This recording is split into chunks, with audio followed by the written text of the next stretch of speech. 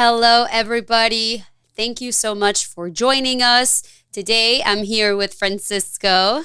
Yes, hi, it's a pleasure to be here with you all, just like we are every Monday. Today, we have a conversation. We are going to do a live stream where we are going to give some updates and give some tips, share a lot of valuable information regarding the 2025-2026 FAFSA. This is the free application for federal student aid that will be opening soon, and it will be for students, whether they are 12th, first year of college, sophomore, junior year of college, to complete in order to get financial aid and scholarships for the 2025-2026 school year. So that is the topic for today's conversation. But before we continue, or we get into the meats and potatoes of the presentation, Laura, if you want to say hello to the people, if you want to give a little bit more insights as to what our live streams are.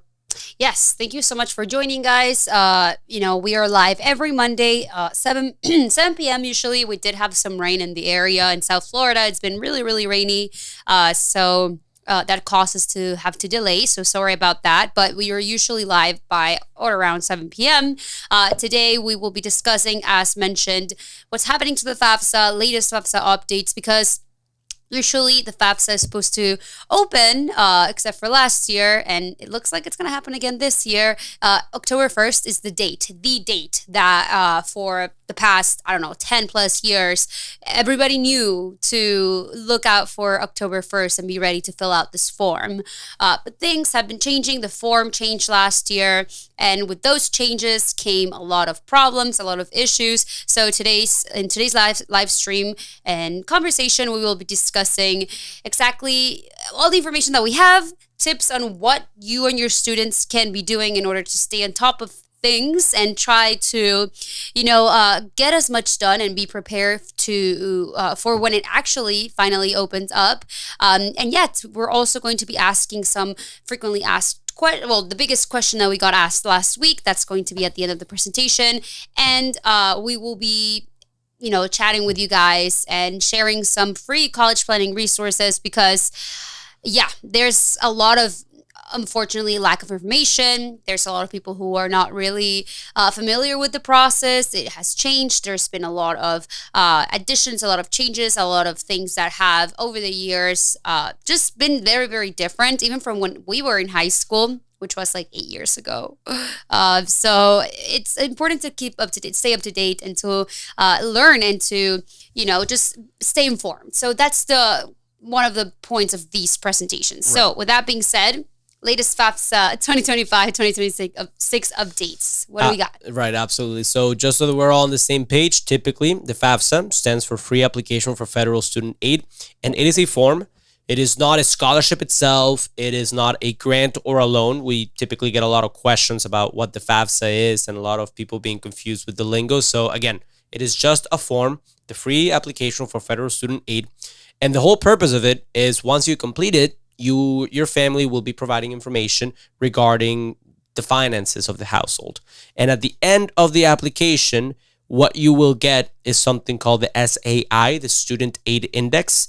This number will kind of be a representation of your family's finances, and whether it is the federal government, whether it is the colleges that your student will be applying to, or even some private scholarships or states when they're doing their state-sponsored programs, will use this number to make decisions regarding their policies as to, okay, we have a policy that students with a lot of financial need, we're going to give them or offer them this scholarship, or they have too much, they don't have enough financial need. So again, that's the whole point of the FAFSA.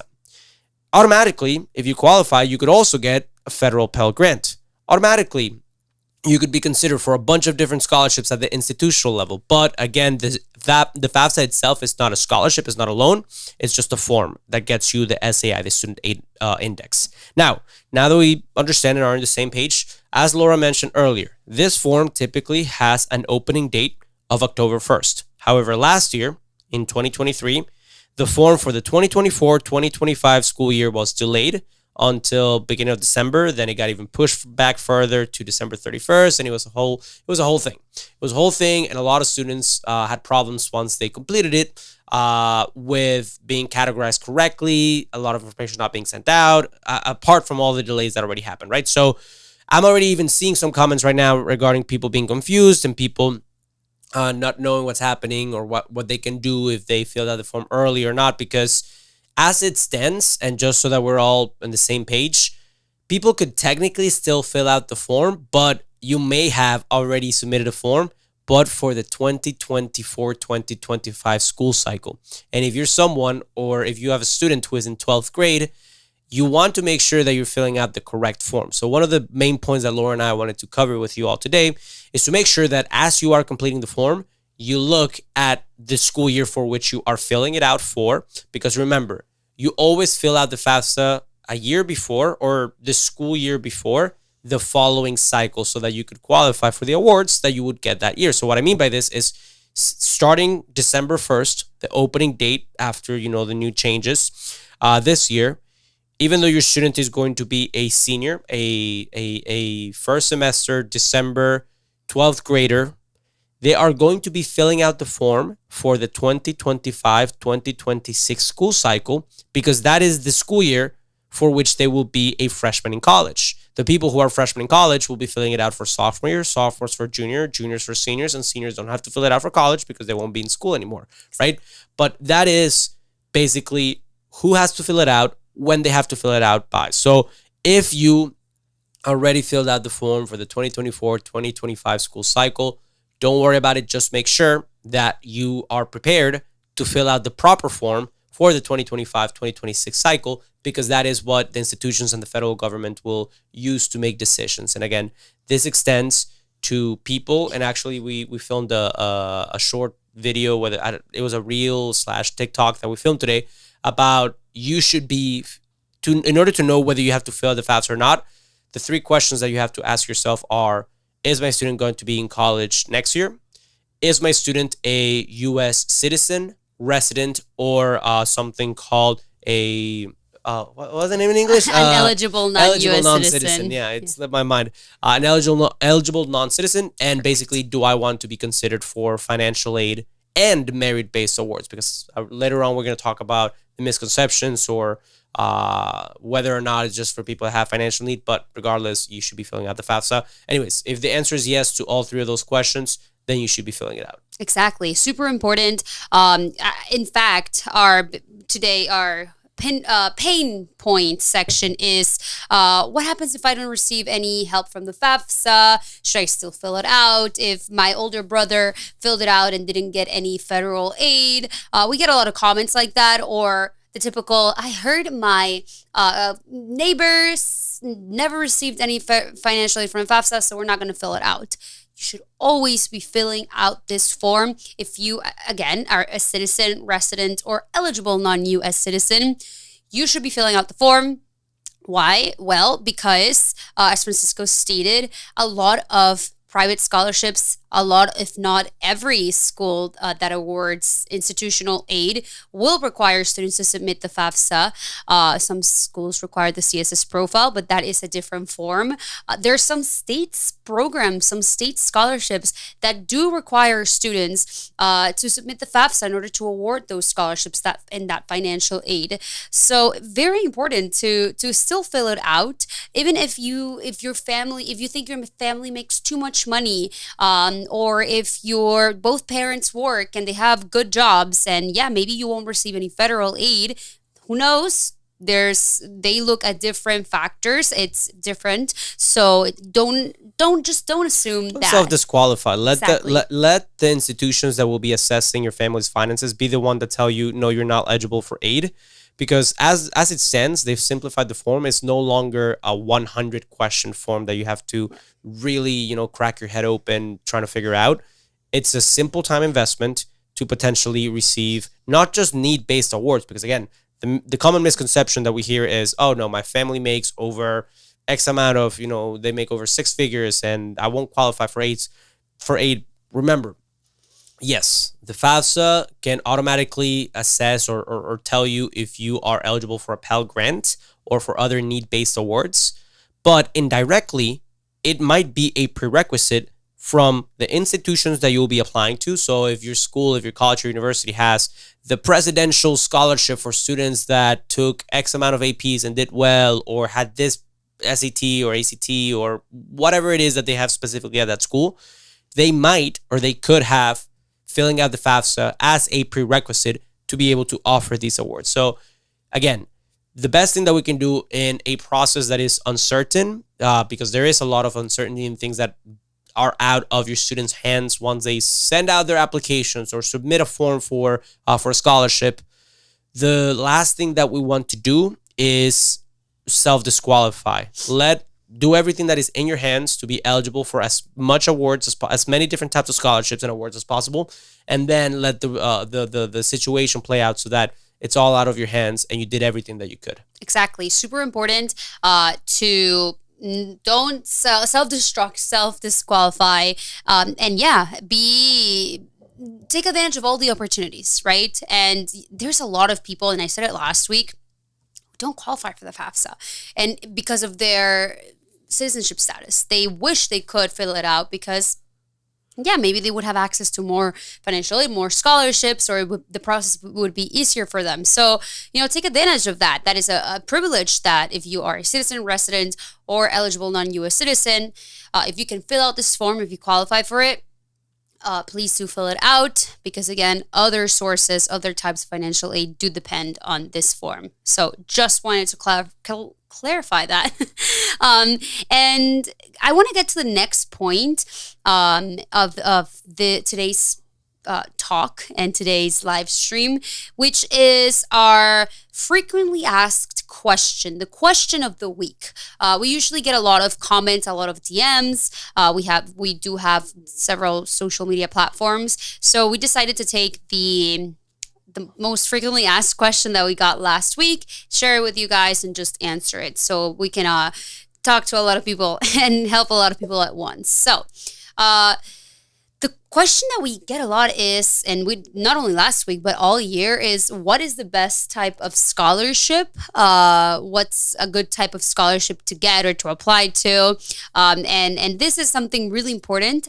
And I think it's something that, regardless of if your student is in middle school, if they are just starting high school, or they're in senior year, knowing this piece of information, it's vital because, there is better or a best type of scholarship, and that's institutional aid, institutional scholarships. So I don't know if you want to go ahead and talk about it. Yes. So in order to be very accurate with what we're saying, let's understand that there are 4 potential candidates for best type of scholarship. And at the end of the day, anyone that gives you money for free, that is the best type of scholarship, right? But when we think about where money for college could come from, it could come from the federal U.S. government. It could come from the state where you reside, and if you decide to go to college there. It could come from private institutions, the McDonald's, the Bill and Melinda Gates Foundation, your local church, whatever the case might be that gives a private scholarship. Or they could come from the colleges and universities that your student will apply to and then subsequently attend, right? So, as Laura mentioned, when it comes to bang for buck, regarding things that you have to do to be eligible for awards, and then what the amount of money that you could get from this same source, disproportionately, the most bang for buck becomes institutional aid. The money, if you were thinking about the 4 types of financial aid and scholarship as equal, it would make sense that each type of award would satisfy 25% of a full financial aid package.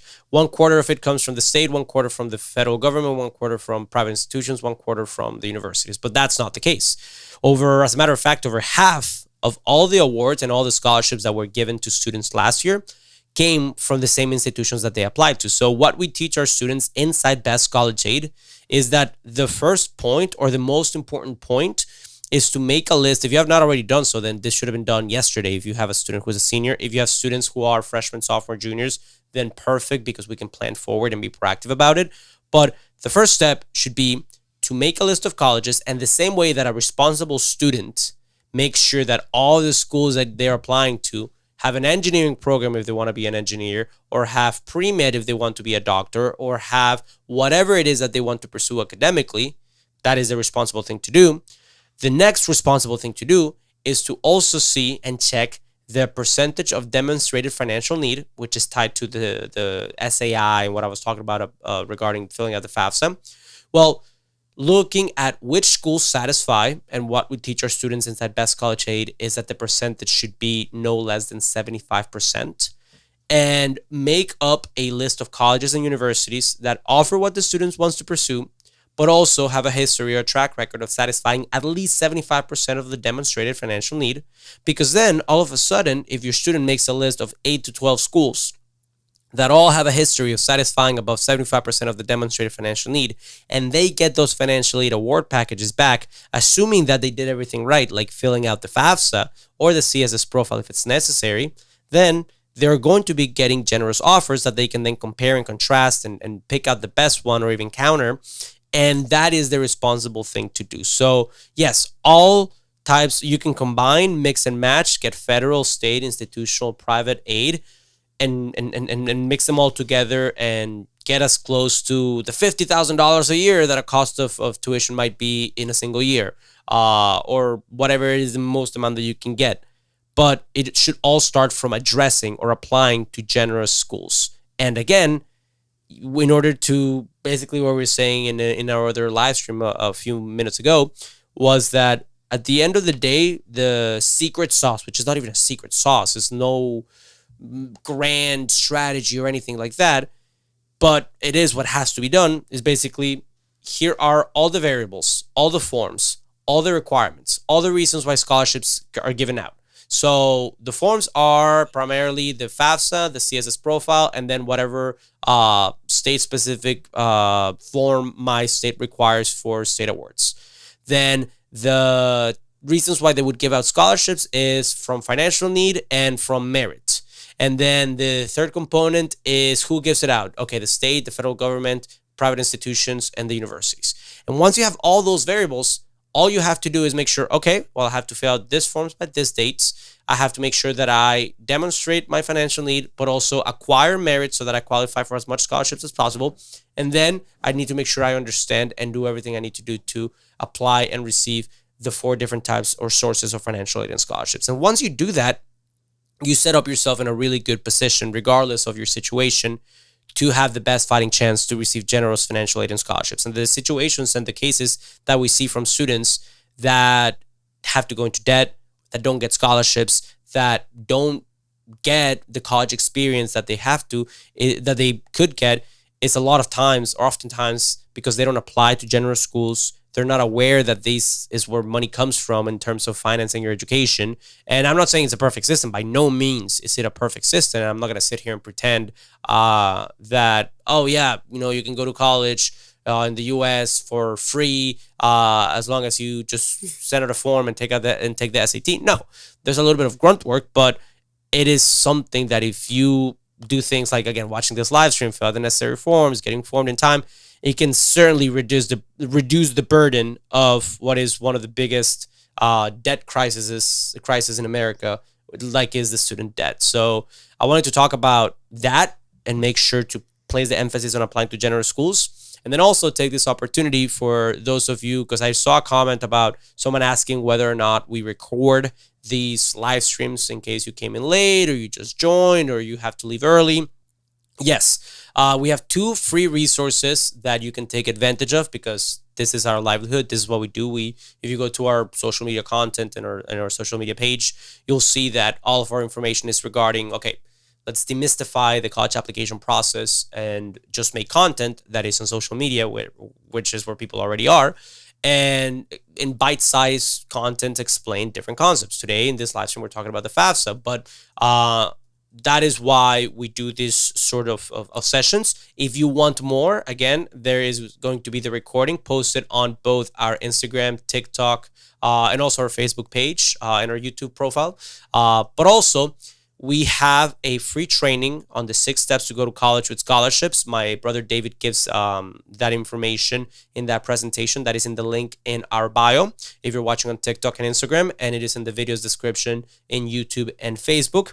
And the difference between that presentation and this live stream is these live streams, we do them every week and we try to keep them topically relevant. So today we're talking about the FAFSA because the FAFSA had, the date release pushed back a couple of months. So it makes sense to talk about it right now, not necessarily talk about it back in spring break, right?